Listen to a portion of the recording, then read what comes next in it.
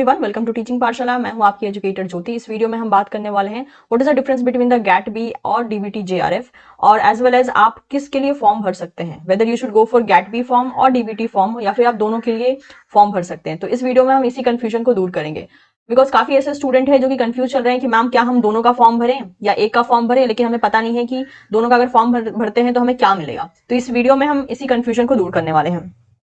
Make sure अगर हम gate B की बात करते हैं तो हो सकता है आप में से ऐसे काफी स्टूडेंट हो जिन्होंने गैट बी का नाम फर्स्ट टाइम सुना हो। That is a graduate aptitude test, okay. और इसे भी ऑब्वियसली बेट ही कंडक्ट करवाएगा। मेक श्योर ये जो एग्जाम है पहले ये JNU CEEB के नाम से जाना जाता था। हो सकता है आपने इस एग्जाम के बारे में सुना होगा, जो कि था JNU का कंबाइंड एंट्रेंस एग्जामिनेशन। अभी उसी एग्जाम को रीनेम करके गैट बी कर दिया गया है, एंड दैट इज वाई ऐसा बहुत से बच्चों के साथ हो सकता है कि उन्होंने इसका नाम फर्स्ट टाइम सुना होगा। अब बात कर लेते हैं गैट बी के लिए कौन अप्लाई करते हैं। मेक श्योर अगर आपकी BSc हो चुकी है और आप MSc के लिए जाना चाहते हैं तो आप गैट बी के लिए अप्लाई कर सकते हैं।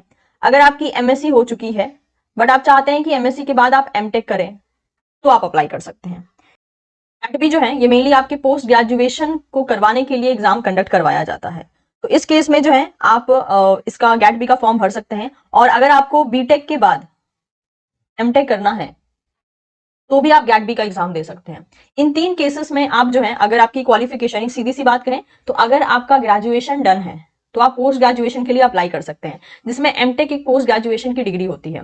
मेक श्योर MSc के बाद अगर आपको MTech, आई मीन टू से BSc के बाद आप चाहते हो कि MTech हो जाए तो वो नहीं होगी। BSc के बाद आपका MSc होना जरूरी है, उसके बाद आपका MTech हो सकता है। होता यह है कि इस एग्जाम को जब कंडक्ट करवाया जाता है तो इसके अंडर मतलब बेट के अंडर में बहुत से ऐसे ऑर्गेनाइजेशन है, बहुत से ऐसे इंस्टीट्यूट हैं जो कि गैट बी का स्कोर कार्ड एक्सेप्ट करते हैं, और वहीं पे आपको एडमिशन लेना होता है। सारे इंस्टीट्यूट गैट बी का स्कोर कार्ड एक्सेप्ट नहीं करते हैं। कुछ लिस्ट दी गई है जो कि आपको ब्रोशर में ही मिल जाएगी। इस बार जो लिस्ट पब्लिश की गई है, ब्रोशर जो वेबसाइट पे अवेलेबल है, उसी में आपको सारा लिस्ट मिल जाएगा कि कौन कौन से इंस्टीट्यूट हैं जो कि गैट बी के स्कोर कार्ड को लेते हैं। और अगर आपका सिलेक्शन हो जाता है तो आपको वहीं जाकर इसके लिए एडमिशन लेना पड़ता है, क्योंकि सबको सारा पैटर्न सेम टू सेम है जैसे JNU CEEB एग्जाम का था, बस इसका नाम चेंज कर दिया गया है। और सबसे कमाल की बात यह होती है कि इसमें आपको स्टाइपेंड भी मिलता है। मतलब मास्टर के साथ पोस्ट ग्रेजुएशन डिग्री के लिए आप ये कोर्स करोगे, ये एग्जाम दोगे, लेकिन उस पोस्ट ग्रेजुएशन को करने के साथ साथ आपको स्टाइपेंड भी मिलता है। स्टाइपेंड जो है कुछ इस तरीके से है, अगर आप MSc बायोटेक्नोलॉजी या अलाइड एरिया के लिए अप्लाई करते हो तो आपको 5000 रुपीज पर मंथ मिलता है आपके मास्टर में। MSc एग्रीकल्चर बायोटेक्नोलॉजी के लिए जाते हो तो 7500 पर मंथ, या फिर आप MTech या MVSc प्रोग्राम के लिए जाते हो तो आपको 12000 पर मंथ मिलता है। जिस यूनिवर्सिटी में जिस यूनिवर्सिटी से मैंने अपना मास्टर किया वहां पे ये प्रोग्राम हुआ करता था।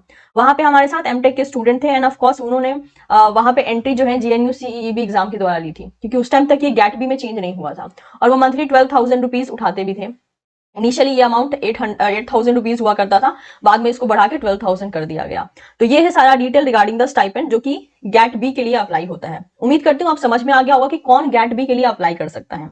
नेक्स्ट DBT JRF की बात कर लेते हैं। जैसे नॉर्मल JRF के एग्जाम होते हैं वैसे ही DBT JRF भी है। ये आपके PhD के लिए होता है एंड प्रोजेक्ट्स के लिए हो सकता है, क्योंकि DBT जो है दो लिस्ट निकालता है, that is for category 1 and category 2। Category 1 में आने वालों के लिए जिनका नाम आता है वो JRF के लिए सेलेक्ट किए जाते हैं, और कैटेगरी 2 में मेनली प्रोजेक्ट के लिए, DBT फंडेड प्रोजेक्ट के लिए उनका सिलेक्शन होता है। DBT JRF का स्कोर कार्ड जो है वो इक्विवेलेंट माना जाता है CSI नेट के, क्योंकि स्टाइपेंड आपको सेम मिलता है, इसके अलावा PhD आपको करने को मिलती है, और DBT का स्कोर कार्ड कोई भी इंस्टीट्यूट इजीली एक्सेप्ट कर लेता है। तो ये है सारा डिटेल। और ऑफ कोर्स इसके स्टाइपेंड की अगर हम बात करते हैं तो इसका स्टाइपेंड भी बिल्कुल वैसा ही इक्विवेलेंट है जैसे कि CSIR का है, CSIR JRF का है। दैट इज इनिशियल 2 years में it will be 31,000 plus contingency amount, as well as next जो आपके 2 साल के बाद जो होगा, अगर आप SRF के लिए अपग्रेड कर दिए जाते हो तो वहां पे आपके अमाउंट बढ़ जाएंगे। तो ये था detail regarding the GAT B and DBT JRF। साथ ही साथ हमने ये देख लिया कि आपको किसके लिए अप्लाई करना चाहिए। अगर और इसके लिए जो एलिजिबिलिटी होती है, DBT JRF के लिए जो एलिजिबिलिटी होती है वो मेनली MSc के स्टूडेंट, यानी आप पोस्ट ग्रेजुएट स्टूडेंट हैं, पोस्ट ग्रेजुएट अगर आप स्टूडेंट हैं और आपका पोस्ट ग्रेजुएशन अभी रनिंग हो रहा है या आप पास आउट हो चुके हैं तो आप अप्लाई कर सकते हैं। और भी जो एलिजिबिलिटी क्राइटेरिया है उसको हम जस्ट कुछ टाइम में ही एक और वीडियो के फॉर्म में डिस्कस करेंगे कि इस बार जो DBT JRF का एग्जाम होने वाला है उसके लिए एलिजिबिलिटी क्या है, एंड बाकी सारे की पॉइंट्स को हम डिस्कस करेंगे। तो ये है डिफरेंस कि आप गैट बी के लिए कब अप्लाई करें। अगर आपको पोस्ट ग्रेजुएशन करना है या MTech करना है या MVSc करना है तब आप गैट बी के लिए अप्लाई करें, और अगर आपको PhD करना है या फिर DBT फंडेड प्रोजेक्ट पे काम करना है और स्टाइपेंड लेना है, या फिर JRF आप कह सकते हो JRF लेना है, तो आपको DBT JRF के लिए अप्लाई करना पड़ेगा। उम्मीद करती हूँ ये डाउट अब क्लियर हो गया होगा। Thank you so much everyone. Information useful लगा हो तो इसे आप अपने दोस्तों के साथ भी शेयर कर सकते हैं, and don't forget to subscribe teaching पाठशाला।